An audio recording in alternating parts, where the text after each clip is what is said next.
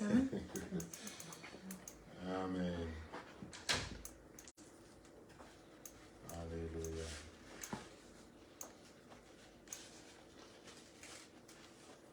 Commencez. Alors, je voudrais tous vous saluer dans le nom merveilleux de notre Seigneur Jésus-Christ. Amen. Amen. Amen. Gloire au Seigneur.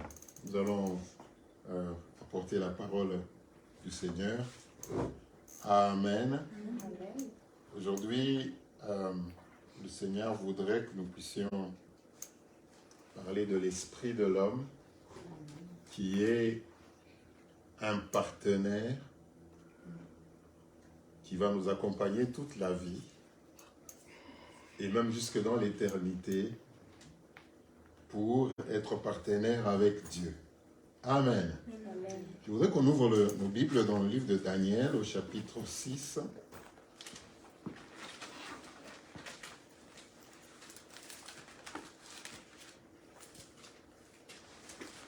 Daniel au chapitre 6, nous allons lire le verset 4. Alors, les chefs et les satrapes cherchèrent une occasion d'accuser Daniel en ce qui concernait les affaires du royaume. Mais ils ne purent trouver aucune occasion ni aucune chose à reprendre parce qu'il était fidèle et qu'on n'apercevait chez lui ni faute ni rien de mauvais. Amen. Amen.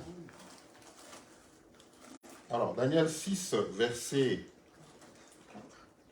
4. Je vais plutôt lire à partir du verset 3. Elle le dit, Daniel surpassait les chefs et les satrapes parce qu'il y avait en lui un esprit supérieur. Alléluia. Dans d'autres versions, on dit il avait en lui un esprit extraordinaire. Alléluia. Et le roi pensait à l'établir sur tout le royaume. Est-ce que chez toi, le verset 4, il est 3, il est comment? Non, c'est pas pareil. Pareil, d'accord. Donc, Daniel surpassait les chefs et les satrapes parce qu'il y avait en lui un esprit supérieur, un esprit extraordinaire. Et le roi pensait à l'établir sur tout le royaume. Amen. Alors, quand nous lisons maintenant Daniel, nous voulons savoir ce que c'est cet esprit extraordinaire. Quand nous lisons donc Daniel 5, nous allons lire à partir du verset 12. Daniel 5, à partir du verset 12. Voilà ce que la Bible dit. Parce qu'on trouva chez lui, chez Daniel, nommé par le roi Belshazzar, un esprit supérieur de la science et de l'intelligence, la faculté d'interpréter les songes, d'expliquer les énigmes et de résoudre les questions difficiles. Que Daniel soit appelé et il leur donnera l'explication. Alors Daniel fut introduit devant le roi. Le roi prit la parole et dit à Daniel, « Es-tu ce Daniel, l'un des captifs de Juda, que le roi, mon père, a amené de Juda?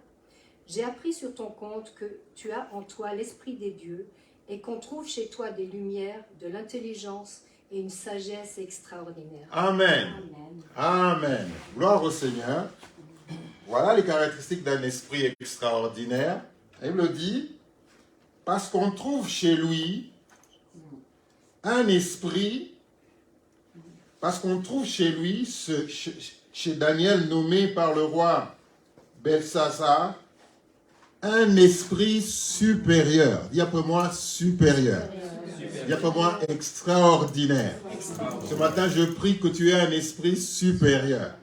Que tu aies un esprit extraordinaire. Alléluia. Gloire au Seigneur. Et donc, un esprit supérieur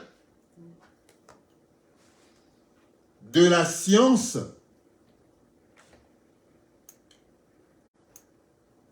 ça veut dire de la connaissance et de l'intelligence. Ça veut dire de la compréhension. Alléluia. la faculté d'interpréter les songes, d'expliquer les énigmes, c'est-à-dire les choses qui semblent être compliquées, qui semblent être, vous avez un songe, vous ne comprenez pas. Et Daniel avait cette capacité-là. Pourquoi? Parce qu'il avait un esprit supérieur. Alléluia. Et de résoudre les questions difficiles. C'est-à-dire que lorsqu'on avait des problèmes compliqués, on le cherchait. Salomon, par exemple, pouvait résoudre les questions qui étaient difficiles aux hommes. Deux femmes se disputent un enfant et lui, il vient, il apporte la solution. Il trouve l'énigme. C'était pas l'intelligence qu'on acquiert à l'école, mais c'est ça, c'est la capacité que Dieu donne, que la parole de Dieu donne à comprendre les choses, à ne pas se mettre au niveau inférieur, à être au-dessus des problèmes. Alléluia. Donc, résoudre les questions difficiles, que Daniel fut donc appelé et il donnera l'explication. Alors Daniel fut introduit devant le roi, et voilà ce que le roi dit. Le roi prit la parole et dit à Daniel, « Es-tu ce Daniel, l'un des captifs de Juda, que le roi mon père a amené de Juda? J'ai appris en ton compte que tu as en toi un esprit des dieux. » C'est-à-dire un esprit qui n'est pas comme un esprit commun. C'est-à-dire que pas comme tout le monde. Voilà. C'est-à-dire que toi, quand tu réagis, quand il y a un problème, tu réagis différemment. Tu n'as pas un esprit qui se combine à la mêlée. Toi, quand on t'amène un problème, quand tu as en toi face à un problème, tu réagis différemment. Et ça se voit. Tu as peut-être l'impression que ça ne se voit pas. Mais ça se voit. Ça se voit quand quelqu'un agit comme tout le monde et quand quelqu'un agit complètement à l'encontre de tout ce que les autres font. Et donc, es-tu ce Daniel, l'un des captifs de Juda?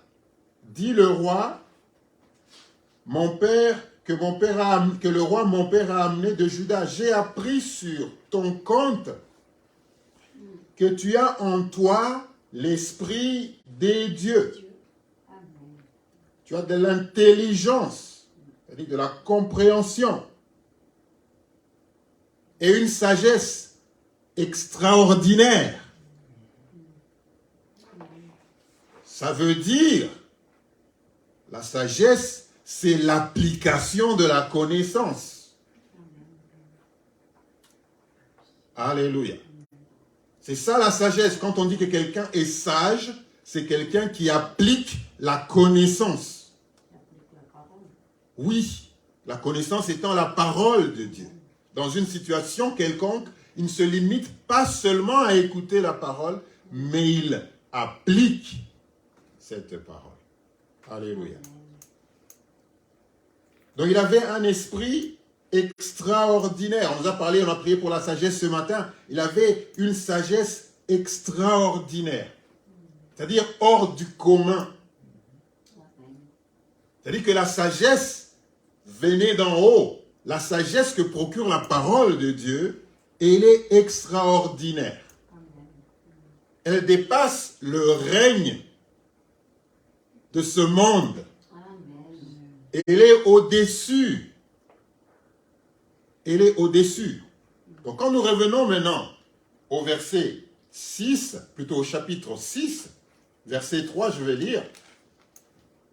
Daniel surpassait les chefs et les satrapes parce qu'il y avait en lui un esprit supérieur. Et le roi pensait à l'établir sur tout le royaume. Ça veut dire que lorsque quelqu'un a un esprit supérieur, il trouve une faveur auprès des rois. Il trouve une faveur auprès des gens.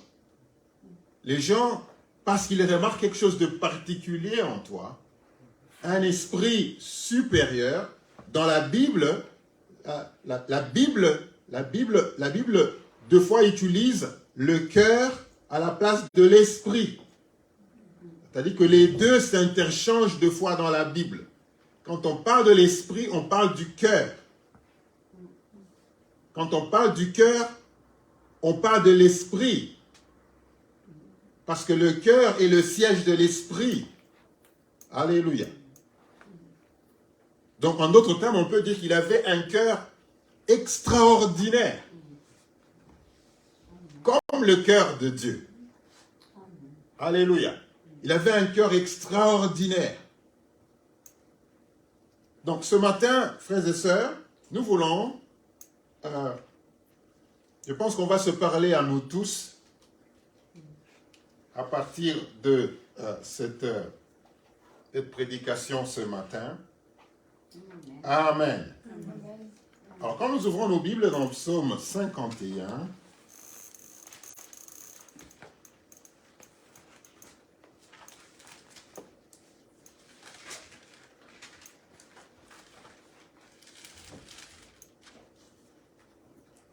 et nous allons lire le verset 12.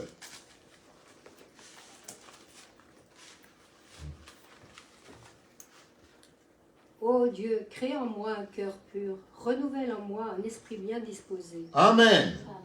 Amen. David dit, ô Dieu, crée en moi un cœur pur, renouvelle en moi un esprit bien disposé. Alléluia. David avait compris combien il est nécessaire de veiller à son esprit. En d'autres termes, de veiller à son cœur. Alléluia. Il était conscient du fait que avoir un esprit blessé, parce que beaucoup d'entre nous, nous portons pendant des années un esprit blessé. Alléluia. Un esprit blessé, et nous le portons partout. Un esprit plein d'amertume. Un esprit, frères et sœurs, blessé. Un esprit qui a du mal à peut-être pardonner. Et donc un esprit pareil n'est pas un esprit extraordinaire et ne va pas expérimenter la gloire de Dieu. Un esprit qui est blessé, je sais que nous tous, quelque part, on a été blessés. Et des fois, on continue à porter les blessures avec nous chaque jour, dans notre vie de tous les jours. Daniel avait un esprit extraordinaire. C'est un esprit... Alors j'ai bien lu, tu as lu quelque part Daniel, reviens sur Daniel 6. Daniel 6. Oui. On a lu, c'était quel verset qu'on avait lu? 3. Oui, 3. Je relis. Oui. Daniel surpassait les chefs et les satrapes parce qu'il y avait en lui un esprit supérieur. Et le roi pensait à l'établir dans le royaume. Amen. Je continue sur l'autre verset. Alors, les chefs et les satrapes cherchèrent une occasion d'accuser Daniel en ce qui concernait les affaires du royaume. Alléluia. Mais ils ne purent trouver aucune occasion, ni aucune chose à reprendre, parce qu'il était fidèle, et qu'on n'apercevait chez lui ni faute, ni rien de mauvais. Amen. Amen. Donc, il avait un esprit supérieur, et on ne pouvait pas l'attaquer. On ne pouvait pas le prendre en faute. parce qu'il veillait sur son esprit. Et puis, ils ont cherché à comment le prendre en faute. Ils se sont dit, peut-être il faut s'attaquer à la loi de Dieu, de son Dieu. Et ils sont allés dans la loi de son Dieu, et même là, ils ne pouvaient pas le prendre en faute. Alors ils se sont dit, non, faisons plutôt autre chose, essayons de regarder notre loi à nous, de chercher une faute par rapport à notre loi. C'est alors qu'ils sont allés, ils ont dit, roi, est-ce que tu peux signer un décret comme quoi tout celui qui va prier son Dieu au lieu de t'adorer toi, eh bien, sera en faute. Donc, ils ont cherché à le prendre en faute selon la loi de Dieu. Ils n'ont pas pu. Pourquoi? Parce qu'il veillait sur son esprit. Il n'a pas laissé l'amertume le consumer. Il n'a pas laissé l'orgueil. Il n'a pas laissé le péché. Il ne s'est pas fait exposer à tout ça. Pour ne pas se faire prendre en faute. Parce qu'il veillait sur son esprit. Alléluia. Il veillait et priait. Elle me dit, il priait le matin, il priait à midi, il priait le soir. Donc, il avait cette routine déjà mise en place. Il veillait sur son esprit. Il veillait sur son cœur. Ce que beaucoup d'entre nous ne font pas. Nous nous laissons prendre dans des pièges par rapport à la loi de Dieu. En ne veillant pas sur notre esprit. Alors, toujours maintenant quand tu vas dans Daniel 6, 5, on a dit 6, 5, on va relire ce qu'on a lu. Je vais arriver à une chose. Alléluia. Les 6, nous avons lu par rapport à les 6, 12, non? 12. Parce qu'on trouva chez lui, chez Daniel, nommé par le roi Belshazzar, un esprit supérieur de la science et de l'intelligence, Amen. la faculté d'interpréter les songes, Alléluia. d'expliquer les énigmes et de résoudre les questions difficiles. Alléluia. Que Daniel soit donc appelé et il donnera l'explication. Amen. Continue. Alors Daniel fut introduit devant le roi. Le roi prit la parole et dit à Daniel, Es-tu ce Daniel, l'un des captifs de Juda, que le roi mon père a amené de Juda? J'ai appris sur ton compte que tu as en toi l'esprit des dieux et qu'on trouve chez toi des lumières, de l'intelligence et une sagesse extraordinaire. Amen. On trouve chez toi des lumières. Amen. C'est-à-dire quand on te regarde, on trouve chez toi des lumières. Et là, il nous dit que la parole de Dieu est une lampe à nos pieds et une lumière sur nos sentiers. C'est-à-dire que quand nous sommes enfants de Dieu et que nous pratiquons la parole de Dieu, ça se voit tout de suite. Vous savez, les gens de l'extérieur ne sont pas aussi dupes qu'on le pense. Ils ne sont pas aussi ignorants qu'on le pense. Ils savent exactement aussi quand nous sommes en faute. Pour qu'ils arrivent à penser et à voir qu'on trouve chez toi des lumières. On est en train de décrire ce que c'est un esprit extraordinaire. On trouve des lumières, on trouve de l'intelligence, on trouve de la science, ça veut dire de la connaissance. On trouve de l'intelligence, ça veut dire de la compréhension. On trouve chez toi, lorsqu'on te regarde, on voit que Daniel veillait sur son esprit. Il veillait sur son esprit. Ce que nous ne faisons pas. Nous laissons souvent aller à beaucoup de fautes. Mais lui, il le dit, on trouvait chez lui beaucoup de lumière. Alléluia. C'est-à-dire qu'on voyait que dans sa manière de faire. On le voyait prier. Et le roi était informé. Frères et sœurs, il faut vous dire que la manière dont nous vivons notre vie chrétienne, le roi est informé. Le roi n'est pas aussi aveugle que ça, même s'il est silencieux. Il y aura un jour, le roi va dire, voilà, chez toi on trouve ça. On a trouvé ça chez toi. On t'a regardé, mais voilà ce que l'on a trouvé chez toi. Pour dire, tout le bienfait que tu fais, toutes les bonnes œuvres que tu fais sont comptées. Sont comptées. Il n'y a rien de ce que l'homme fait qui ne passe inaperçu. On trouve chez toi des lumières. On trouve chez toi... Le roi commence à témoigner pour ce garçon. Alléluia.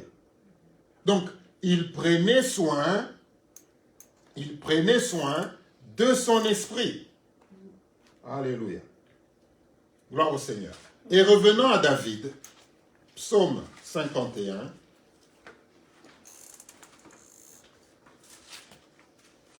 Ô Dieu, crée en moi un cœur pur. Renouvelle à moi un esprit bien disposé. Le problème avec nous, c'est que notre esprit est devenu tordu. Notre esprit est devenu un esprit pas disposé du tout.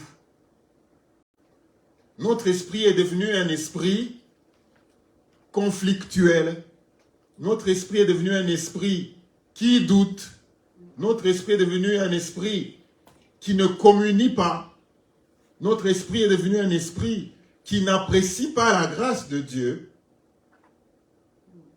Alléluia. Et David a compris ça. Il dit non. Renouvelle en moi un esprit bien disposé. Je voudrais aimer encore. Je voudrais prier encore. Je voudrais être capable de parler de toi. Je voudrais être capable d'aimer encore le frère et la sœur. Je voudrais être capable de te servir encore.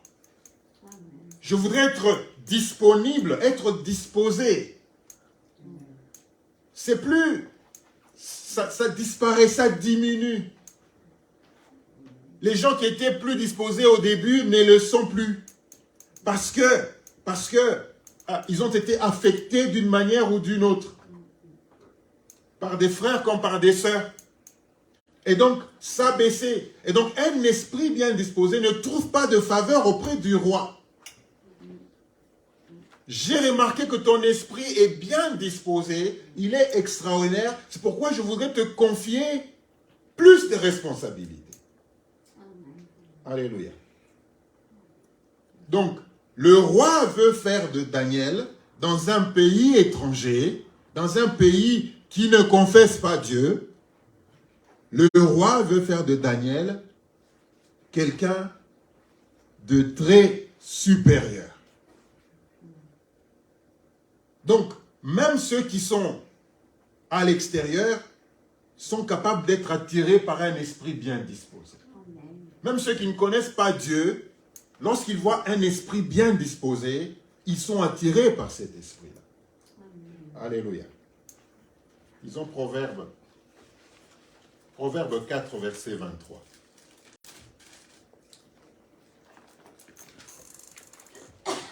Garde ton cœur plus que toute autre chose, car de lui viennent les sources de la vie. Amen. Alléluia. Alléluia.